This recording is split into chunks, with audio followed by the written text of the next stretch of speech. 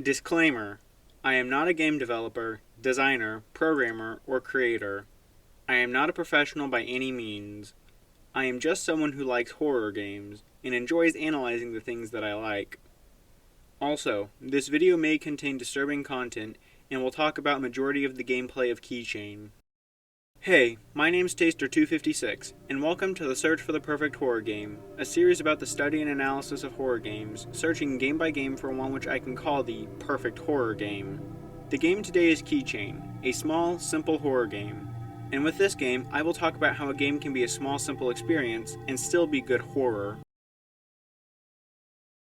Keychain was made by Ivan Zanotti's My Madness Works and released on August 16, 2019.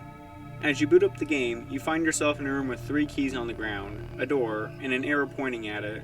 Picking the keys up and going to the door, you find that you can't open the door automatically.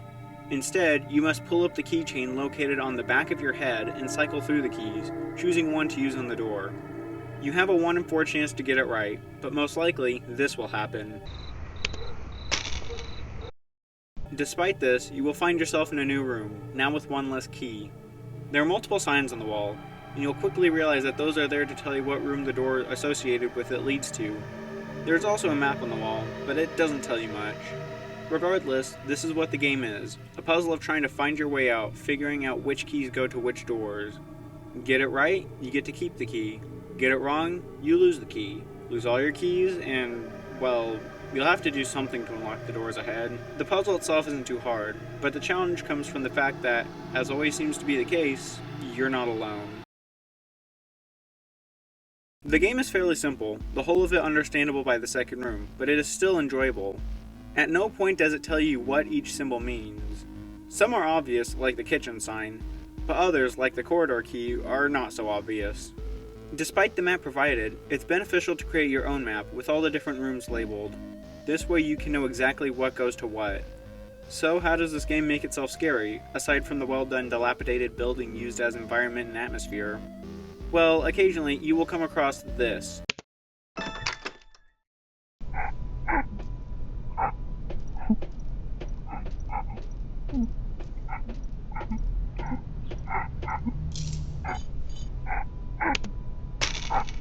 The gimmick of this game is that it's based off of those scenes in horror movies where a person is fumbling with their keychain to find the right one and open the door while being chased by a killer or a monster. And since you must go through every key individually to get to the right one, saying you even know which one is the right one, all while trying to read the cryptic signs to know what they say, it can be a stressful time. And that's all there really is to it. Similar to what I said in the last video, the horror comes not from the thought of some terrifying threat, but rather from trying to act smart under pressure. Any mistake can screw you over, so you have to play right, but that isn't always easy in these situations. I tend to look at it as if there are 2 main types of horror. One is based off the unknown, where you aren't sure of your situation, and the other is based off of a fear for your immediate survival. The second one is used mainly for jump scares or other situations that activate your fight or flight response. And while those can be good, they can be hard to maintain. It's very easy for that sort of situation to get either annoying rather than scary, or not a threat to your immediate safety instead of something that makes you feel like you are in danger. So how does this game do it? Well, there are only 2 ways to die. One is to get caught by the monster, and the other is to run out of keys. Since these are the only ways to lose, you know exactly how you can lose and what will happen to you if you fail. Just like how when a character is running away from a killer in a slasher, you know that if you fail, you die. Due to the simplicity of it, you know exactly what is going on, and the fear you feel comes not from any unknown, but a feeling of helplessness you get during struggles. The horror of the game is possible thanks to the simpleness of it. There is some unknown, which plays into the horror of the game. The main one being your keychain. Why the hell is there a keychain sticking out of the back of your head? Why must you unlock these doors every time you go through them? What's with this whole thing? Why do the things chasing you look so similar to you? And what's up with the world as a whole?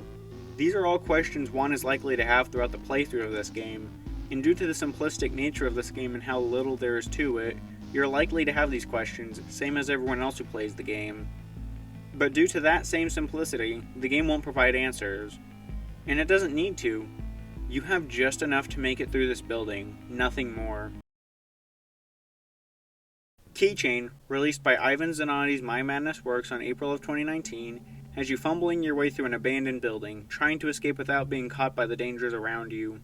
Through the simple concept and how short the game is, it can provide a straightforward situation where there is no major unknown, but rather a feeling of helplessness that creates fear in you, pushing you to not make mistakes as the thing inches its way closer and closer to you. I rate the game a 6 out of 10. It's a decent experience, beaten in as little as 10 minutes. It only took me about 45 minutes to fully complete the game and get all the endings, and running away from the things wasn't that difficult. While for a lot of games that would be considered a problem, I don't feel like it is much of one for this game, as this is all it's trying to be. There's no need for deep story or complex gameplay or amazing graphics. However, despite how much I enjoy this game and how I definitely recommend playing it, it isn't that scary. Definitely worth the experience as a horror game due to the unique aspects it brings to the world of horror, but nothing overtly scary, which I feel should be the main purpose of a horror game. And thus concludes Keychain. As I said before, not a particularly scary horror game, but still an enjoyable one nonetheless. Definitely worth the experience of playing it yourself, even though I talked about most of it in this video.